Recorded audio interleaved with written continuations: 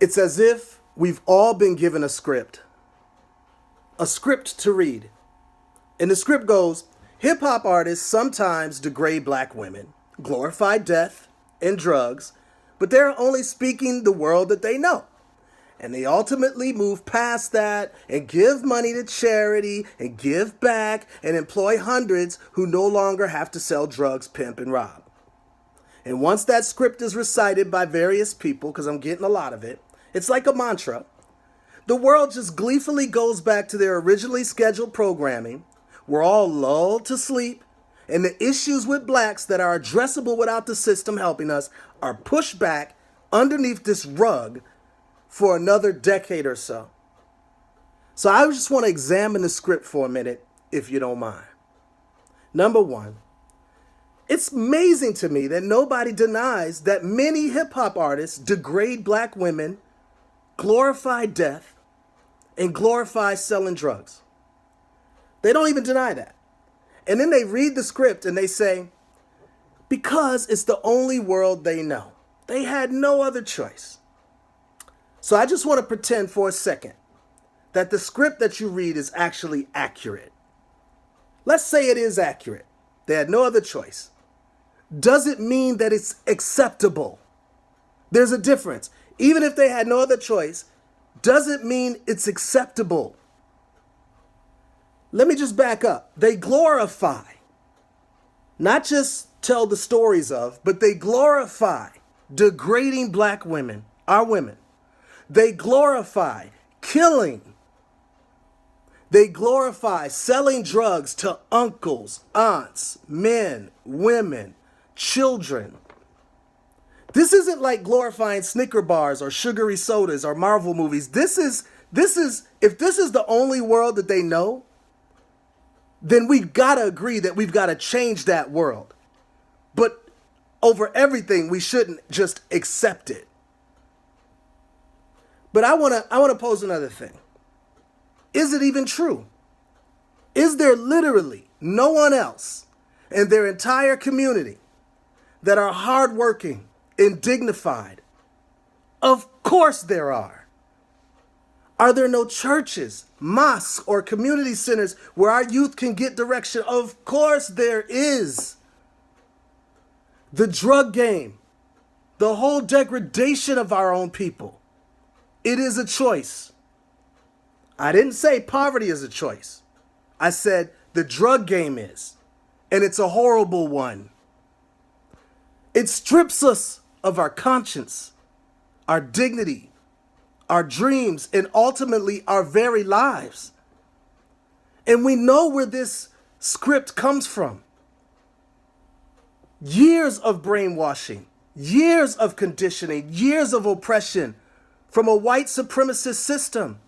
Why we embrace this like it's got to be part of our future, I don't understand. We owe ourselves more.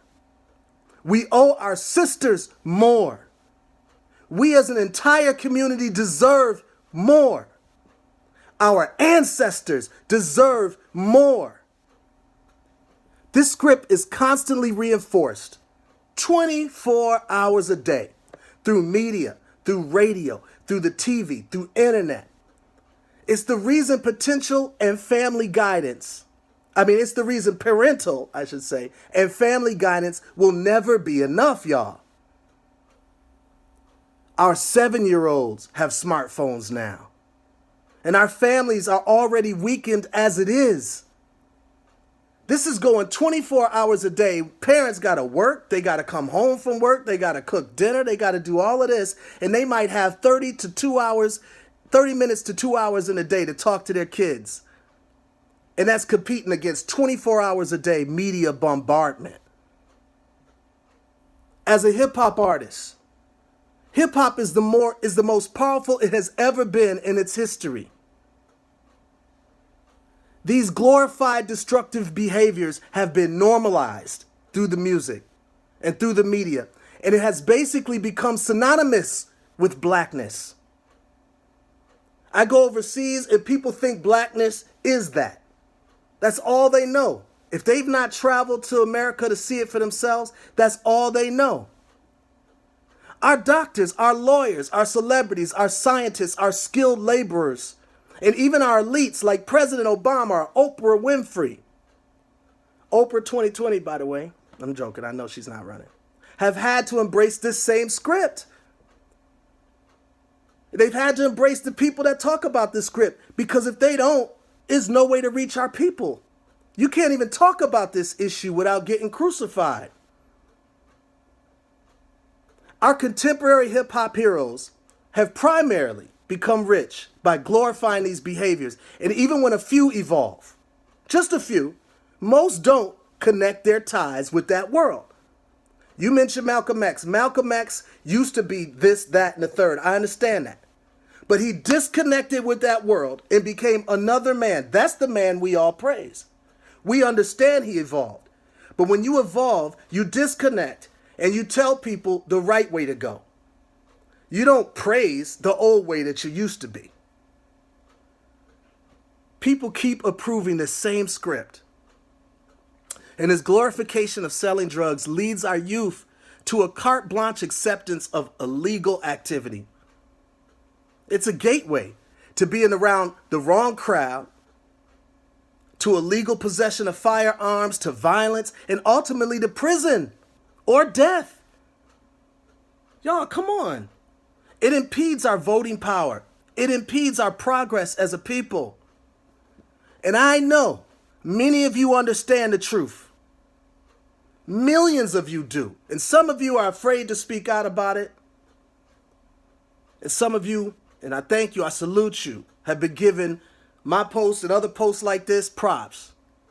But so many of us, unfortunately, stick simply to the script. But we got to flip it.